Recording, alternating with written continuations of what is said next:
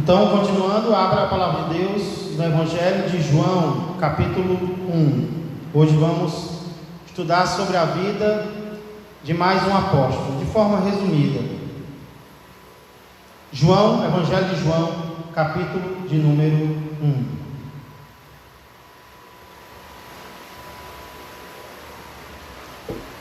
Glória a Deus. Não é primeira João, nem segunda, nem terceira. É o Evangelho de João, quarto livro do Novo Testamento. O apóstolo no qual nós iremos meditar hoje, ele é chamado de duas formas diferentes nos Evangelhos. A forma mais conhecida pela qual ele é chamado é Bartolomeu. Bartolomeu, que traduzindo seria uma espécie de filho de Tomeu ou Ptolomeu. Esse é o nome pelo qual ele mais é chamado nos evangelhos. Inclusive nas 4 listas você vai ver lá o nome Bartolomeu: Mateus, Marcos, Lucas e em Atos. Porém aqui em João capítulo 1 ele não é chamado por Bartolomeu, ele é chamado por outro nome, que é Natanael. Apenas aqui no Evangelho de João ele é chamado por Natanael, cujo significado é Deus deu. Interessante, os judeus eles tinham muito esse hábito de colocar nomes nos seus filhos relacionados a Deus. E Natan significa Deu, El significa Deus. Então Natanael significa Deus deu, Deus concedeu. Provavelmente seus pais, reconhecendo que foi Deus quem deu esse filho para eles, colocaram esse nome com esse significado no seu filho. Natanael, Deus deu.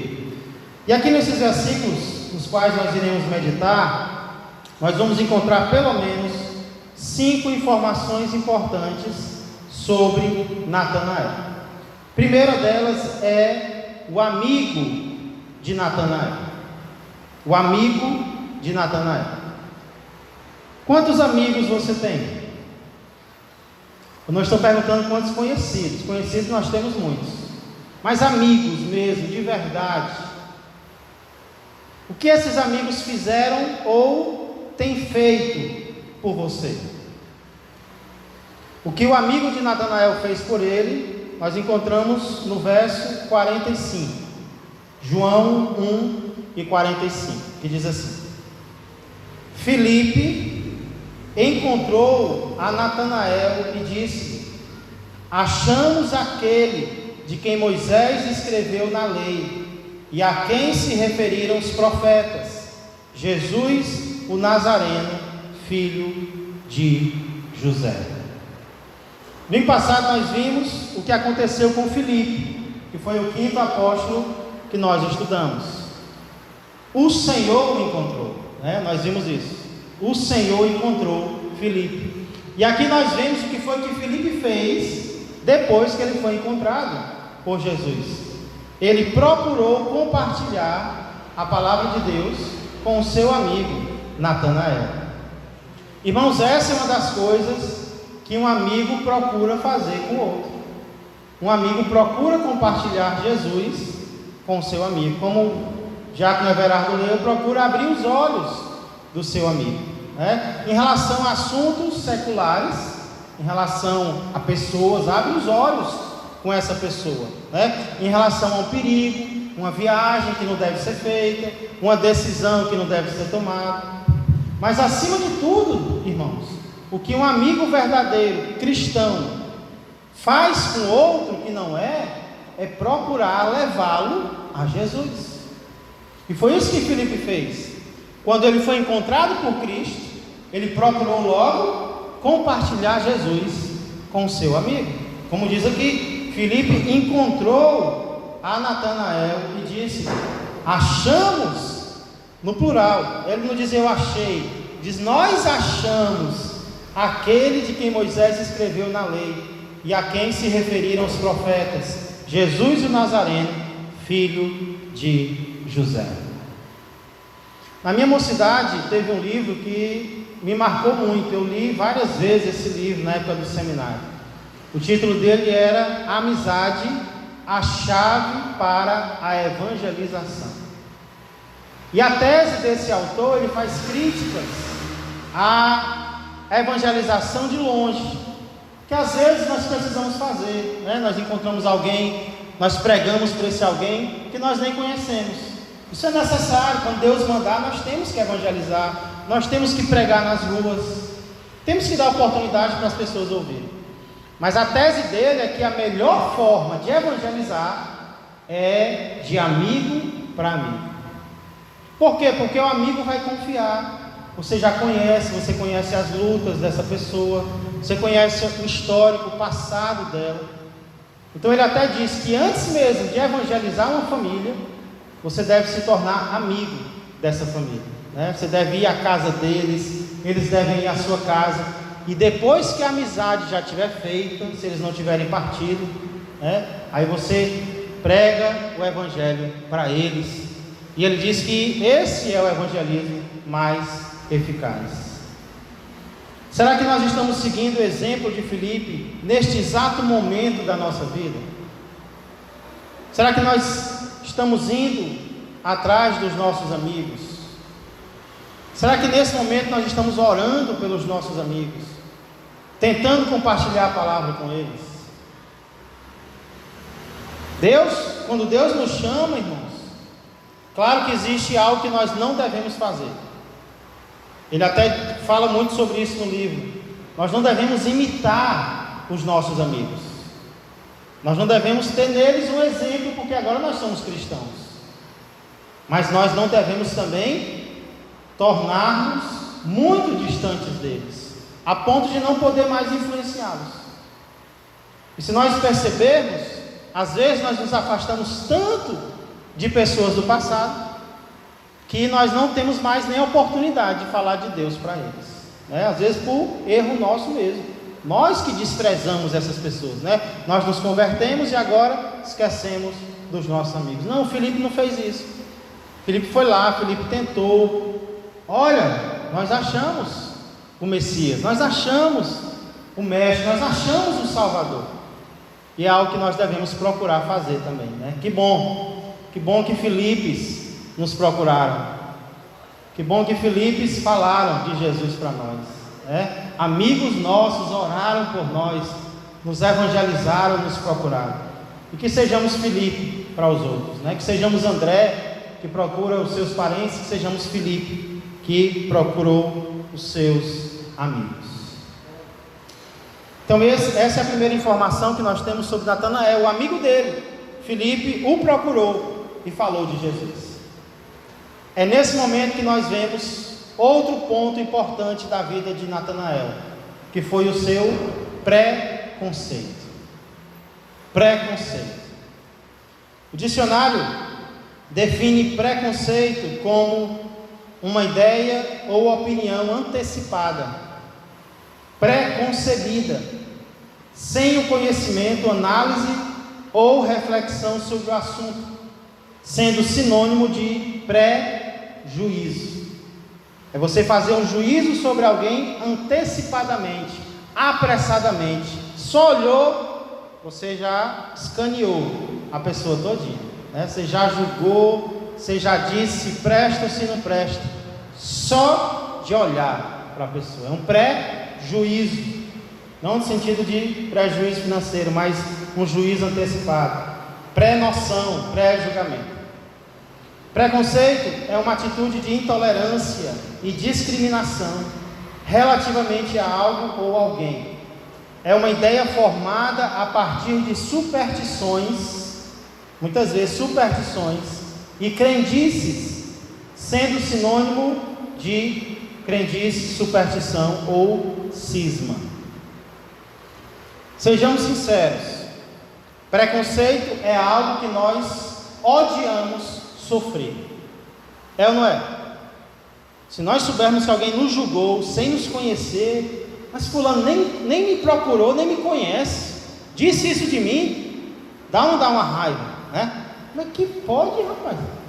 Nós odiamos sofrer. Mas, irmãos, quantas vezes nós agimos com preconceito para com os outros? Temos raiva quando agem conosco, Mas não paramos para contar quantas vezes nós somos preconceituosos com os outros. Talvez dentro da própria igreja mesmo, dentro da própria comunidade.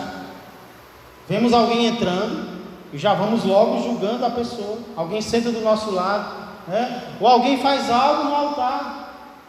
E às vezes nós adivinhamos, queremos adivinhar o que a pessoa está sentindo. Ó, está se amostrando, né?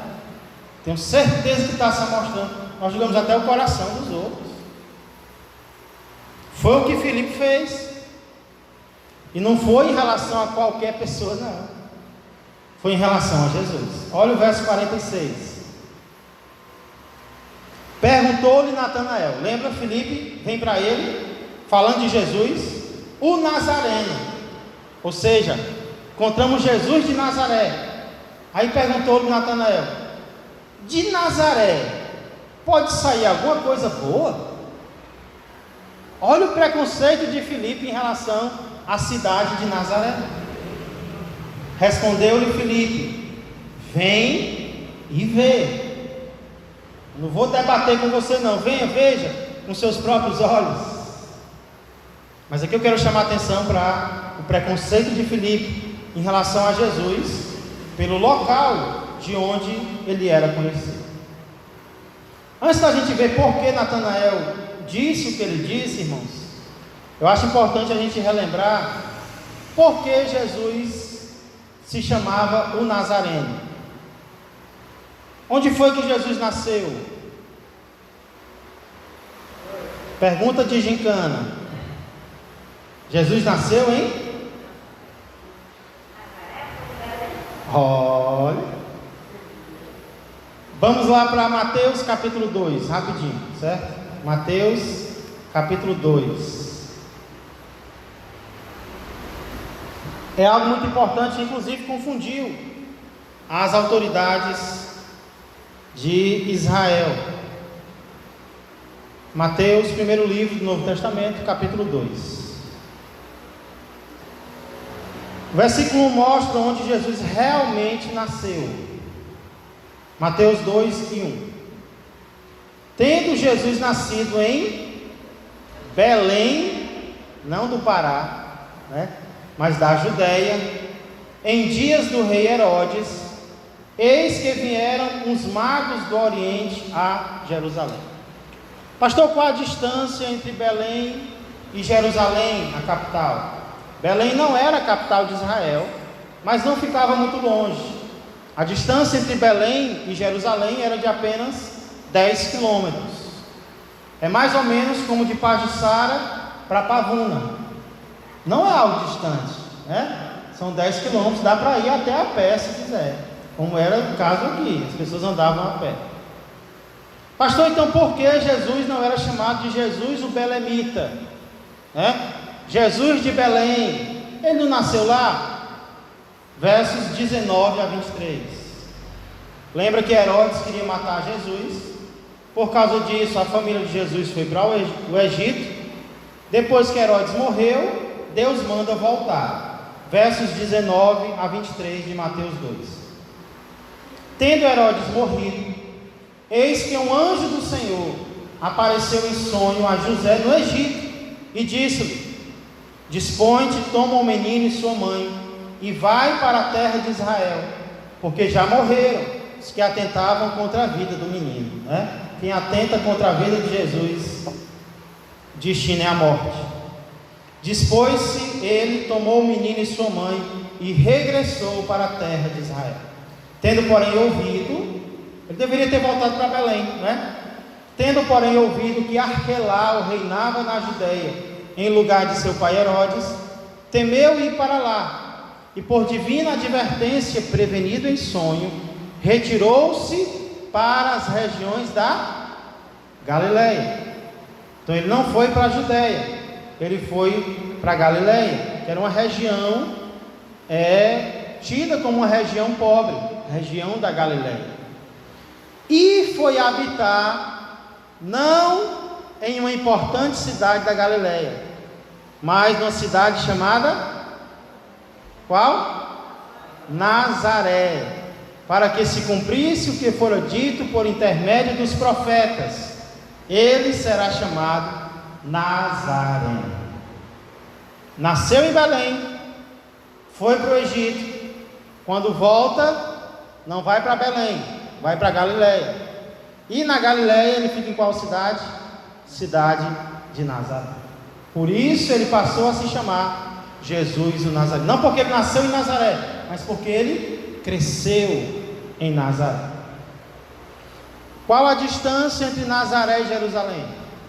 Se Belém ficava a 10 quilômetros de distância de Jerusalém, que era a capital, Nazaré ficava a mais ou menos 150 quilômetros. Então, nós sabemos que quanto mais distante da capital, mais considerado interior a cidade é. E era isso que a cidade de Nazaré era considerada, uma cidade de interior, uma cidade de pessoas sem importância, infelizmente, naquela época.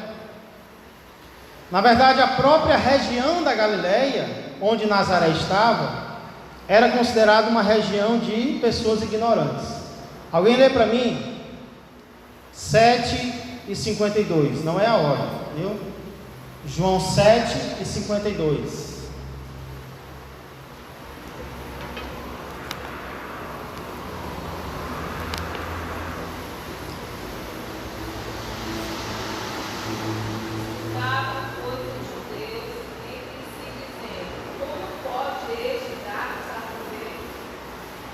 Sete e 52?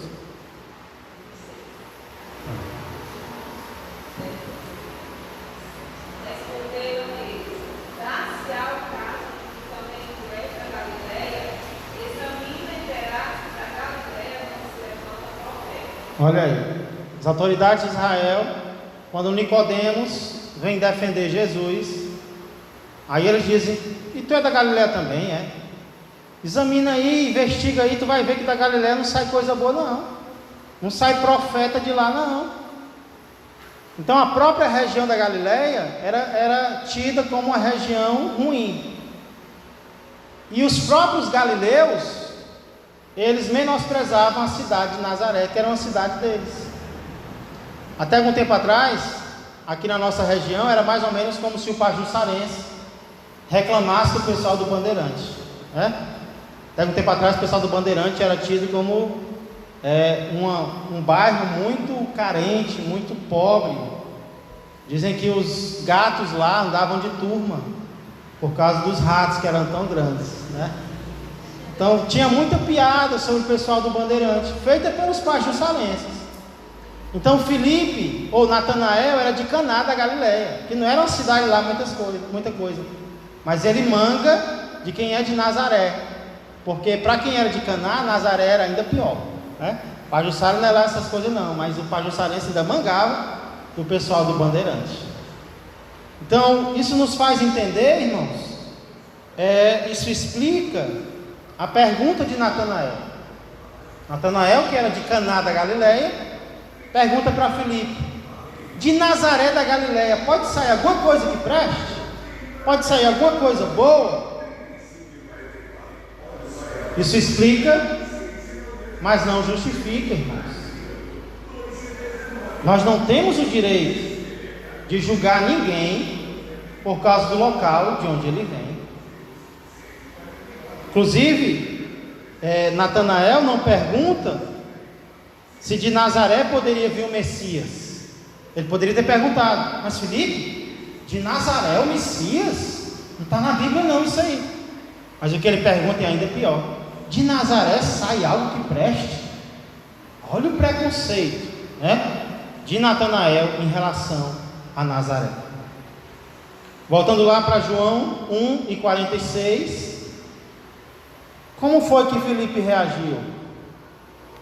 Você está evangelizando o seu amigo solta uma piada no teu Jesus. O que você faz? Você dá uma biblada na cabeça dele, né? Você encerra: não quer não? Então deixa. Foi o que Filipe fez. Filipe insistiu: vem ver, veja com seus próprios olhos, examina aqui, vem cá, vem com calma, Vou dizer nada, fique à vontade. Ele não desistiu, ele persistiu.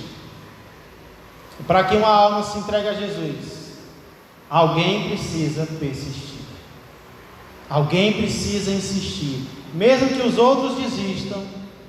Alguém que ama aquela pessoa tem que insistir com aquela pessoa, sendo sábio, né? Sendo sábio, orando, sabendo conversar, mas tem que insistir.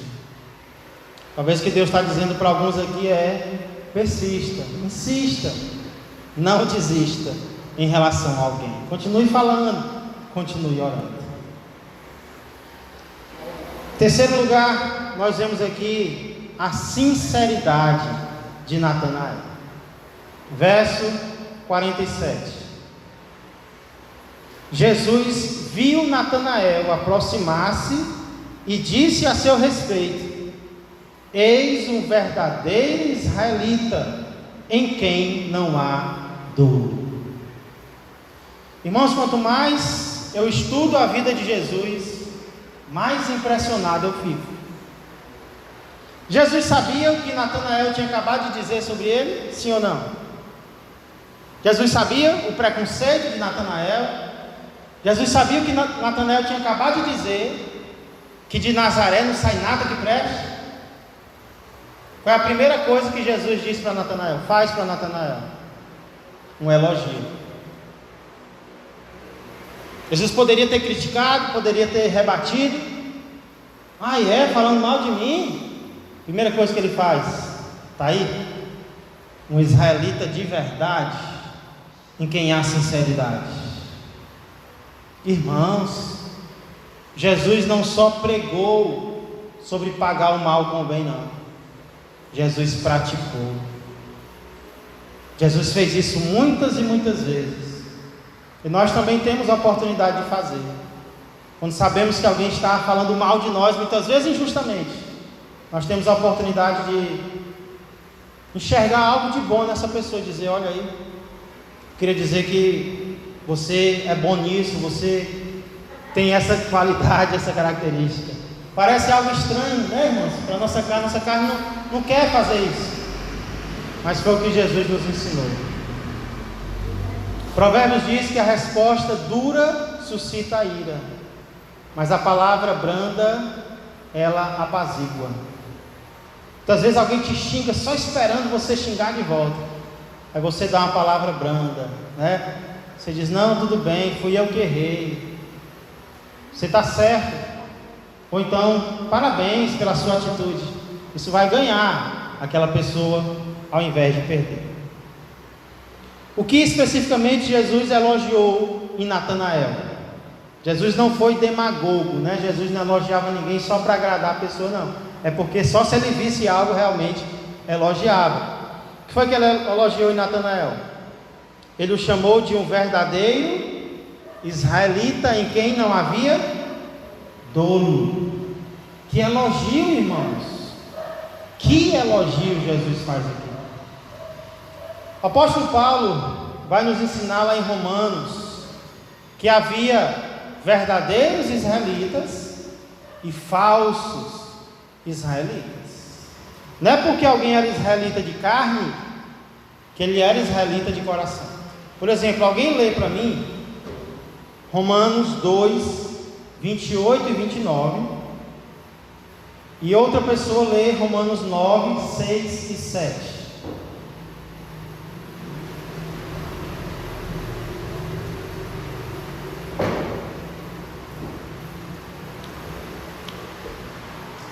Dois, 28 e 29. Não é judeu, nem tu é apenas exteriormente, nem é circuncisão a quem meramente exterior. Não, judeu é quem não é interiormente, circuncisão é operada no coração, pelo Espírito, não pela lei escrita. Para esses, o louvor não promete os nomes, mas Deus. Glória a Deus, Deus louva essa pessoa, né? 9, 6 e 7. Não pensemos que a palavra de Deus falhou, porque nem todos os de Israel são israelitas, nem por serem descendentes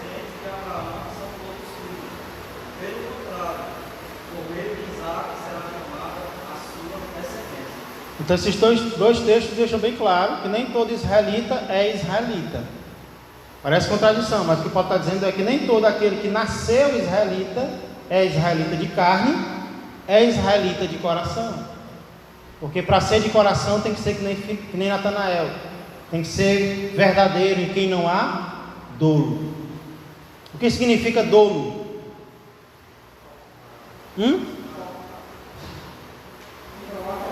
Falsidade, muito bem. A palavra dolo, no grego, o original, significa isca. O que é uma isca?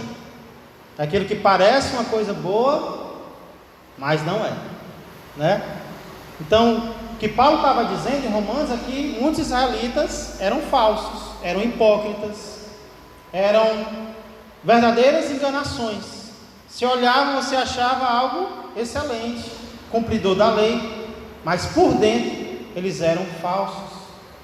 Aí Jesus olha para Natanael, que acabou de ter preconceito contra ele, e diz: eis um verdadeiro israelita em quem não há fingimento. Natanael, você é sincero, você é honesto, você não é hipócrita, você não procura fingir que você é o que você não é. Você é um verdadeiro israelita em quem não há fingimento, hipocrisia ou enganação. A lição que eu aprendo aqui, irmãos, é que Deus sabe exatamente o que nós somos. E por um lado, isso pode nos fazer ficar tristes. Deus sabe exatamente o que nós sentimos, né? Mas por outro lado, quando nós estivermos buscando com sinceridade, quando nós estivermos dizendo: não, eu não quero ser falso com o meu Jesus, eu não quero viver um cristianismo hipócrita, eu não quero viver um cristianismo só de aparência. Aí Jesus vai lá no nosso coração e Ele vê o nosso desejo.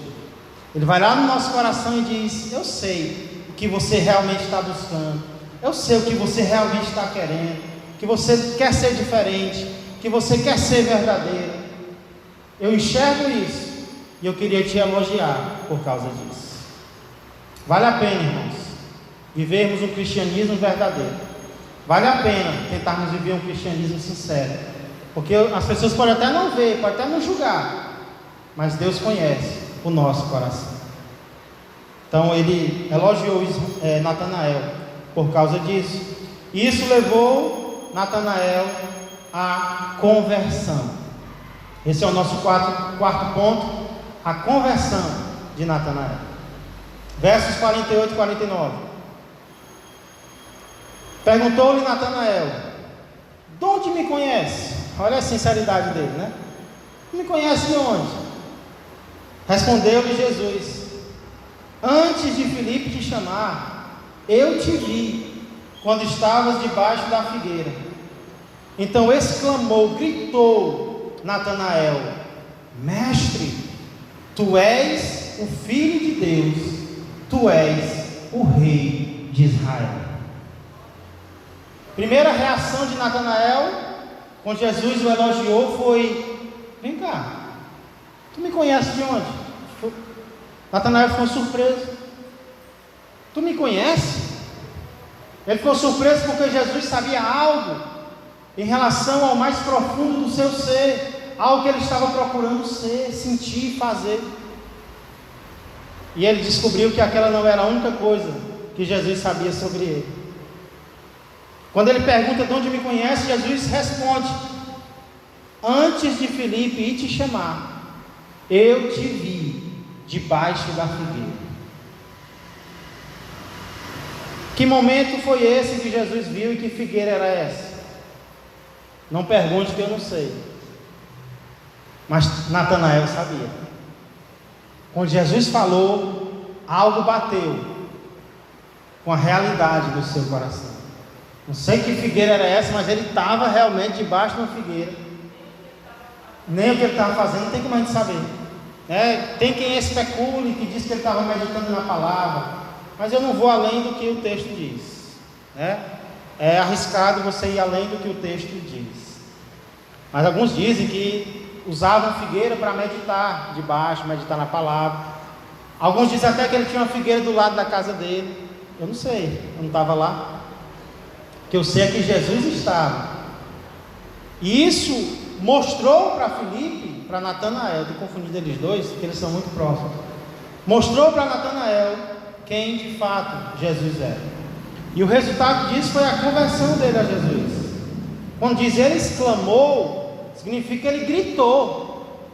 A emoção dele foi tão grande que ele não falou baixinho, ele gritou: mestre, tu és o Filho de Deus. É como o Filipe falou mesmo: tu és o Rei de Israel.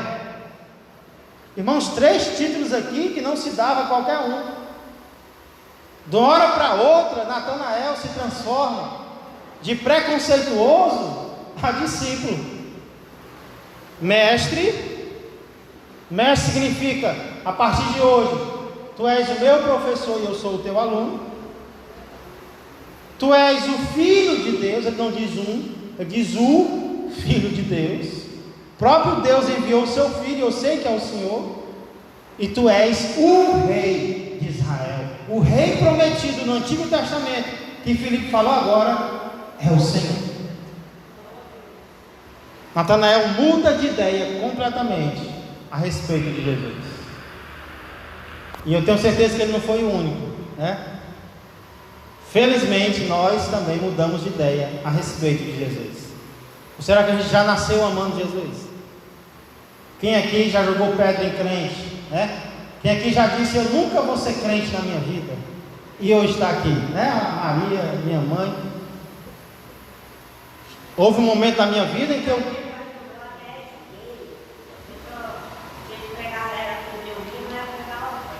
Era a Natanaela, né?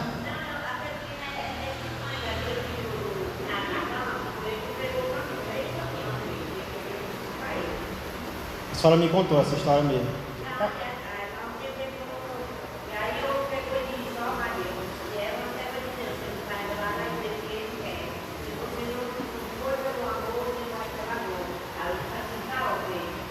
Tá ok.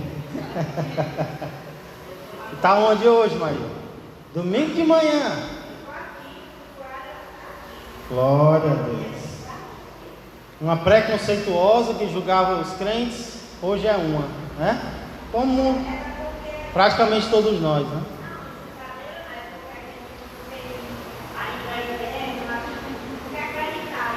Exatamente. Mas por isso que é importante, Maria, fazermos que nem Filipe, né? Por que Natanael se converteu? Porque a obra de Deus usou Filipe para levar ele a Jesus.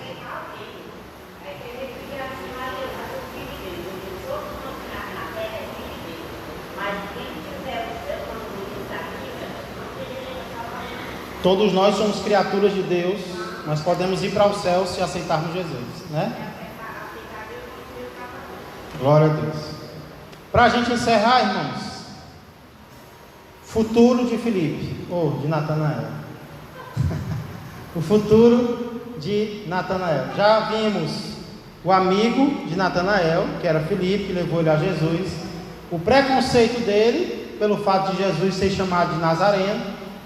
E ele, que era da Galileia, tinha preconceito com quem era da Galileia. Interessante isso. Nós vimos também a sinceridade de Natanael, elogiado por Jesus por ser alguém sem fingimento. A conversão dele, quando Jesus mostrou que sabia, conhecia a sua vida. A opinião de Natanael mudou sobre Jesus, como a nossa também. E aí Jesus encerra falando sobre o futuro de Natanael. Versos 50 e 51. Depois que Natanael chama Jesus de mestre, filho de Deus, rei de Israel, o que é que Jesus responde? Verso 50. Ao que Jesus lhe respondeu: por que te disse que te vi debaixo da figueira, crês? Pois maiores coisas do que estas verás. E acrescentou: em verdade vos digo, que vereis o céu aberto, e os anjos de Deus subindo e descendo sobre o Filho do Homem. Que futuro Jesus projeta para Natanael. Primeiro ele pergunta: só porque eu te vi debaixo da figueira você já crê? Que coisa boa, né? Quão bom seria se todos crescem só por causa disso. Mas o que Jesus queria dizer realmente era: isso não é nada, Natanael. Coisas muito maiores você vai ver. O que de fato aconteceu. Natanael viu pessoas serem curadas. Natanael viu pessoas mortas ressuscitarem. Natanael viu o próprio Jesus ressuscitar. Natanael viu o Espírito Santo descer. Muitas coisas maiores. Irmãos, trazendo isso para nós, o que nós já experimentamos na vida cristã não se compara com tudo aquilo que nós ainda veremos. Nós já vimos coisas maravilhosas, não foi? Deus transformar muitas vidas, não foi? Deus fazer muitos milagres, não foi? Deus resolver muitos problemas. Mas o que Jesus disse para Natanael vale para nós. Pode crer, coisas maiores você, meu discípulo, ainda vai ver. Por isso não desiste, não desanima. Coisas maiores Deus vai fazer.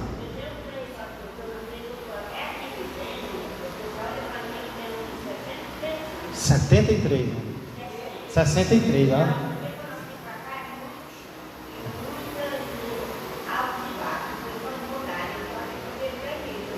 É verdade.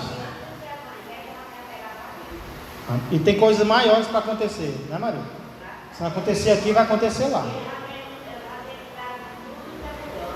Glória a Deus. Amém. Maria é uma sincera. O que ela pensa, ela fala.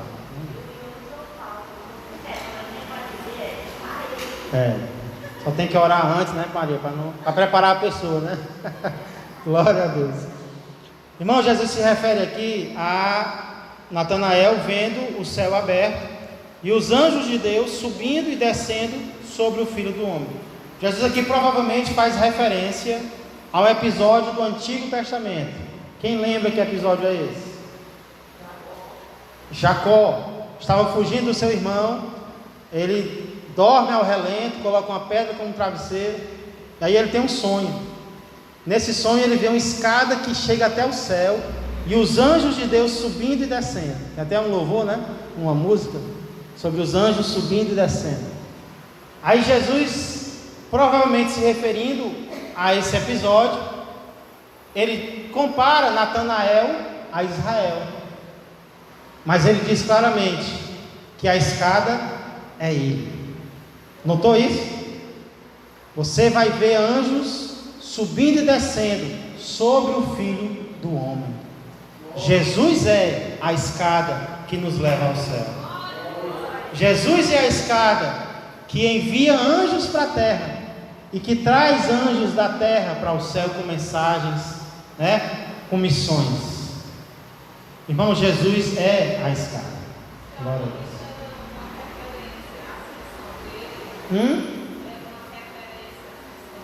Eu creio que não só a ascensão, mas é tudo aquilo que Jesus representa. Jesus é a escada que nos leva para o céu, e Jesus é a escada que traz bênçãos do céu para nós. Então, toda a comunicação entre o céu e a terra só é feita através de Jesus. Exato, é o portal. Foi o que o próprio Jesus disse em João 14,6, né? Eu sou o caminho, a verdade e a vida. Ninguém vai ao Pai, ninguém vai ao céu a não ser por mim. Não tem outra escada. Para o céu só existe uma escada, e a escada se chama Filho do Homem, Jesus Cristo. O que eu acho interessante no episódio do Antigo Testamento é que Jacó, o nome real do cidadão, era enganador. Aí Deus transforma o nome dele para Israel. O enganador se torna Israel. Do que foi que Jesus chamou Natanael? Um verdadeiro israelita em quem não há engano. Então as duas passagens, elas estão muito ligadas uma à outra. Aqui eu vejo também, irmãos, que todos nós precisamos de Jesus. Jacó, um enganador que se converteu, precisava de Jesus. Natanael, um israelita sincero, precisava de Jesus. Então a diferença não é quem precisa e quem não precisa de Jesus. Todos nós precisamos do Senhor. Quem está lá na sarjeta, quem está lá no pecado, na droga, precisa de Jesus. Assim como o religioso da igreja, que ainda não se converteu de verdade a Jesus, precisa de Jesus para ir para o céu. Amém? Por falar em futuro de Natanael, nós não sabemos, irmãos, com certeza como ele morreu. Tem muitos boatos, muitas tradições. Há boatos de que, após ele haver ministrado na Pérsia e na Índia, levado o evangelho para a Armênia, ele foi amarrado dentro de um saco e lançado no mar. Esse é um dos boatos, uma das tradições. Outra tradição diz que ele foi crucificado. E a tradição mais aceita é a de que ele foi esfolado. Esfolar significa tirar a pele.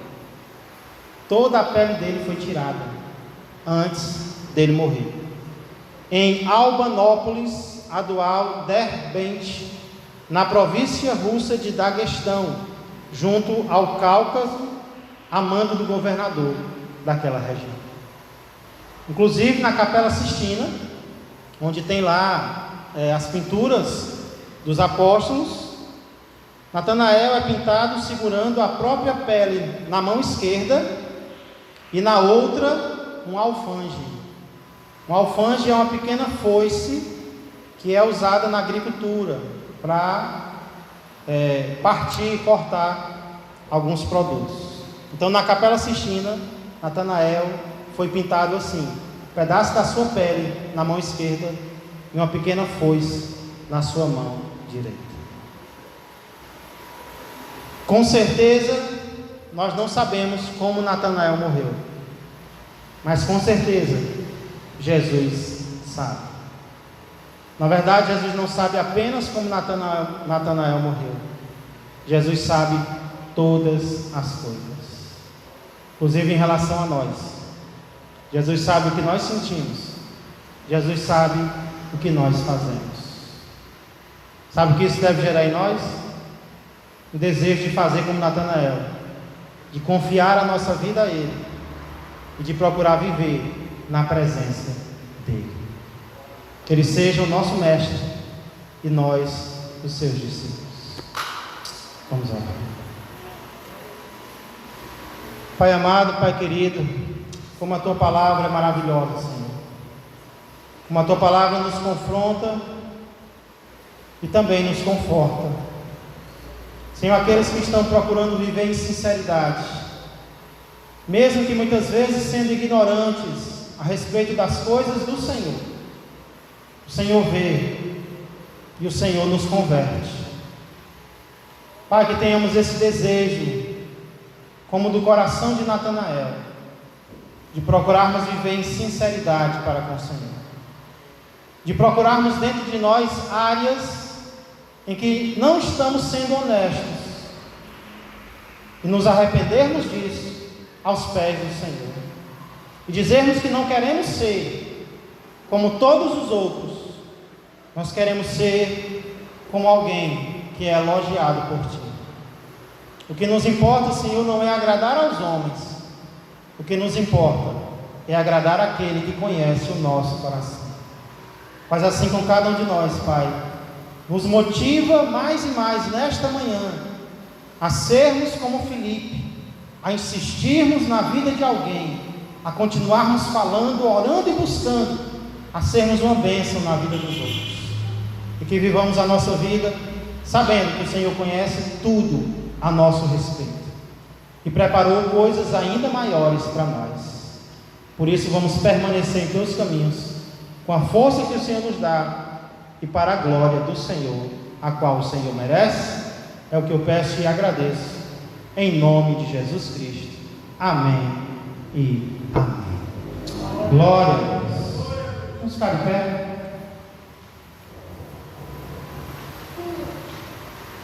Que Deus abençoe o nosso domingo, que ele seja de paz, de tranquilidade, de meditação e de edificação. Que com a sua graça nós retornemos logo mais para continuar adorando a Ele. Que a graça do Senhor Jesus, que o amor do Pai e que a comunhão do Espírito Santo permaneçam e cresçam mais e mais na vida e na família de todos vós. Um ótimo dia a todos. Que Deus vos abençoe.